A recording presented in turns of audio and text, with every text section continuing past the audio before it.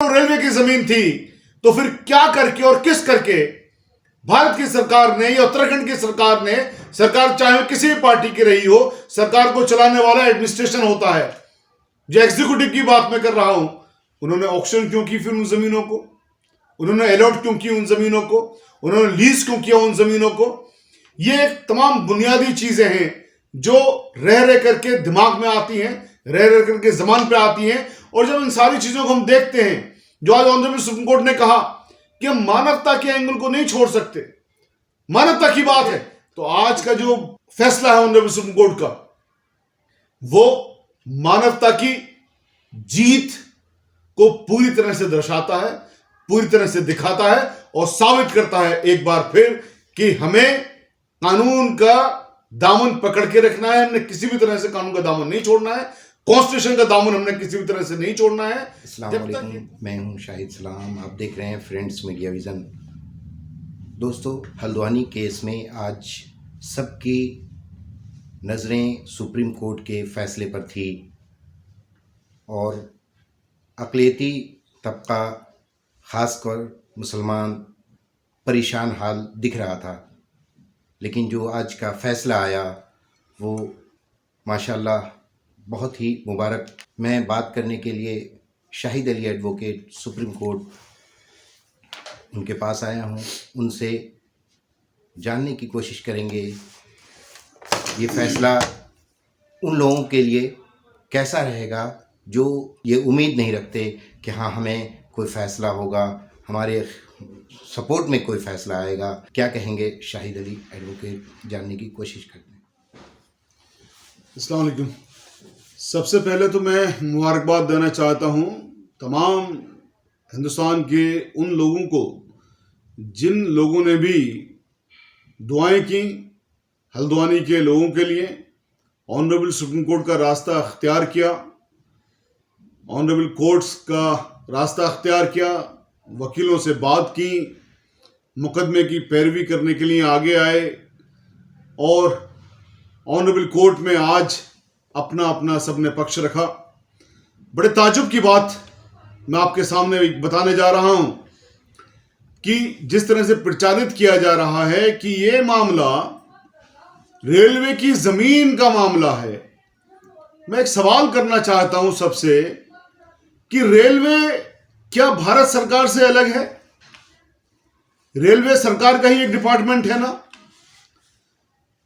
और जब ये मामला कोर्ट में लंबित है कि उसका टाइटल किसका है, उसके बावजूद भी उत्तराखंड हाई कोर्ट का एक ऑर्डर आ जाना कि साहब तमाम बस्ती को खाली कर दीजिए, और उत्तराखंड सरकार का बिल्कुल ये कह देना कि साहब हम फोर्स लगा देंगे, हम पूरी बस्ती को खाली करवा देंगे क्योंकि हमने ऑनरेबल कोर्ट के ऑर्डर को कंप्लाई करवाना है।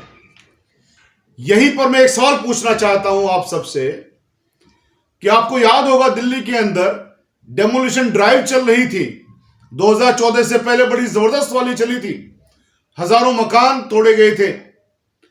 तो उस वक्त पार्लियामेंट ने, भारत की पार्लियामेंट ने एक कानून बनाया और ऑनरेबल सुप्रीम कोर्ट के उस ऑर्डर को पलट दिया, यानी ऑनरेबल सुप्रीम कोर्ट के ऑर्डर को बिल्कुल एनल कर दिया। तो क्या Uttarakhand high court honourable supreme court से ही बड़ी थी? क्या उत्तराखंड की सरकार, भारतीय जनता पार्टी की सरकार, जिसके ऊपर आज तमाचा लगा है, जिसकी इनह्यूमैनिटी को आज एक्सपोज किया ऑनरेबल सुप्रीम कोर्ट ने, क्या उसके पास इतने से भी सेंसेस नहीं थे कि अगर कोर्ट ने एक ऑर्डर कर भी दिया है तो एक एक्ट लेके आ जाते वहां पर कि लोगों को रातों में वहां पर सड़कों पे ना सोना पड़ता। सड़कों पे वहां पर जो लोगों ने दुआएं की, जो लोग सड़कों पे निकल के आ गए, वहां पर प्रोटेस्ट किए, इस सर्दी में जहां माइनस में टेम्परेचर जा रहा है, तो शायद वो नहीं हो रहा होता। या उत्तराखंड सरकार ने जरा सी भी कोशिश की कि रेलवे का अगर जमीन का विवाद है, रेलवे की अगर जमीन का मामला है, तो हम रेलवे को दूसरी जमीन अलॉट कर देते हैं। मैं फिर कह रहा हूं, रेलवे क्या भारत सरकार का अंग नहीं है? रेलवे क्या कहीं और से आ जाती है? क्या रेलवे की जो जमीन है वो भारत सरकार के दूसरे डिपार्टमेंट में अदला बदली नहीं की जा सकती क्या? ये ऐसे पहले कभी हुआ नहीं है क्या? या हो नहीं सकता था। और अगर वो रेलवे की जमीन थी तो फिर क्या करके और किस करके भारत की सरकार ने या उत्तराखंड की सरकार ने, सरकार चाहे किसी भी पार्टी की रही हो, सरकार को चलाने वाला एडमिनिस्ट्रेशन होता है। जो एग्जीक्यूटिव की बात मैं कर रहा हूं, उन्होंने ऑक्शन क्यों की फिर उन जमीनों को, उन्होंने अलॉट क्यों की उन जमीनों को, उन्होंने लीज क्यों किया उन जमीनों को। ये तमाम बुनियादी चीजें हैं जो रह रह करके दिमाग में आती हैं, रह रह करके जबान पे आती हैं। और जब इन सारी चीजों को हम देखते हैं, जो आज ऑनरेबल सुप्रीम कोर्ट ने कहा कि हम मानवता के एंगल को नहीं छोड़ सकते, मानवता की बात है, तो क्या ये भारतीय जनता पार्टी के मुंह पर एक करारा तमाचा नहीं है? क्या भारतीय जनता पार्टी के किसी भी इंसान ने, किसी भी मेंबर ने ऑनरेबल सुप्रीम कोर्ट का रुख किया कि उत्तराखंड हाई कोर्ट के इस ऑर्डर के खिलाफ हम ऑनरेबल सुप्रीम कोर्ट में जाएं? नहीं किया, क्योंकि भारतीय जनता पार्टी की सरकार यह चाहती थी कि वहां पर इस तरह से बस्तियां उजड़े, जो कि एक इनके मंत्री का भी बयान आया कि साहब हम डेमोग्राफी को चेंज नहीं होने देंगे। हिंदुस्तान सबका है, भारत सबका है, किसी के बाप का भारत नहीं है, एक इंसान के, किसी सिर्फ मुसलमान का भारत नहीं है, हिंदू का भारत नहीं है, क्रिश्चियन का भारत नहीं है, सिर्फ किसी और दूसरे मजहब का भारत नहीं है। हमारे भारत का कॉन्स्टिट्यूशन कहता है कि मजहब के नाम पर आप किसी भी तरह से कोई भी पक्षपात नहीं कर सकते। जब मजहब के नाम पर पक्षपात नहीं कर सकते, तो यहां पर चूंकि जो विस्थापित होने वाले थे वो ज्यादा मुसलमान थे, सिर्फ इसीलिए, इसी करके न भारतीय जनता पार्टी के किसी आदमी ने ऑनरेबल सुप्रीम कोर्ट का रुख किया, न उन्होंने उस ऑर्डर को चैलेंज करने की जरा सी भी कोशिश की, या कोई एक्ट बना करके, आज का मामला नहीं है, बहुत लंबा मामला है, वो एक्ट बना करके जमीनों की अदला बदली की जा सकती थी। उस जमीन को भी तो सरकार ही अलॉट कर रही है ना। तो इन सारी चीजों को अगर आप देखें तो आज का जो फैसला है ऑनरेबल सुप्रीम कोर्ट का, वो मानवता की जीत को पूरी तरह से दर्शाता है, पूरी तरह से दिखाता है और साबित करता है एक बार फिर कि हमें कानून का दामन पकड़ के रखना है। हमने किसी भी तरह से कानून का दामन नहीं छोड़ना है, कॉन्स्टिट्यूशन का दामन हमने किसी भी तरह से नहीं छोड़ना है। जब तक ये कॉन्स्टिट्यूशन महफूज है, जब तक इंशाअल्लाह सुम्मा इंशाअल्लाह अल्लाहुम्मा इंशाअल्लाह भारत के अंदर चाहे किसी भी पार्टी की सरकार आ जाए, चाहे कुछ भी हो जाए, वो इंसानियत को खत्म नहीं कर सकते हैं। और इंसानियत की जब मैं बात करता हूं तो उसमें तमाम मजहब की बात करता हूं, वो हिंदू हो, मुस्लिम हो, सिख हो, ईसाई हो, पारसी हो, क्रिश्चियन हो, कोई भी हो, या उनके कोई भी जाति हो, क्योंकि हमारा कॉन्स्टिट्यूशन यही कहता है कि तमाम इंसान जो भी भारत के नागरिक हैं, इन सब से मिलकर भारत बनता है। भारत किसी एक बाप का भारत नहीं है, भारत हम सबका है। अगर उत्तराखंड हाई कोर्ट का ऑर्डर, मैं पूछता हूं यहां पर, किसी दूसरी बस्ती के लिए होता तो क्या भारतीय जनता पार्टी के लोग सड़कों पे नहीं होते, या ऑनरेबल सुप्रीम कोर्ट का रास्ता नहीं अख्तियार करते? और जब वहां पर सरकार भारतीय जनता पार्टी की है, तो क्या एक्ट नहीं लेके आ सकते थे? एक्ट कितनी देर लगती है आपको एक्ट लाने में? पूरी तो मेजोरिटी है ना आपके पास, जमीन की अदला बदली भी आप कर सकते थे ना, आपने नहीं की।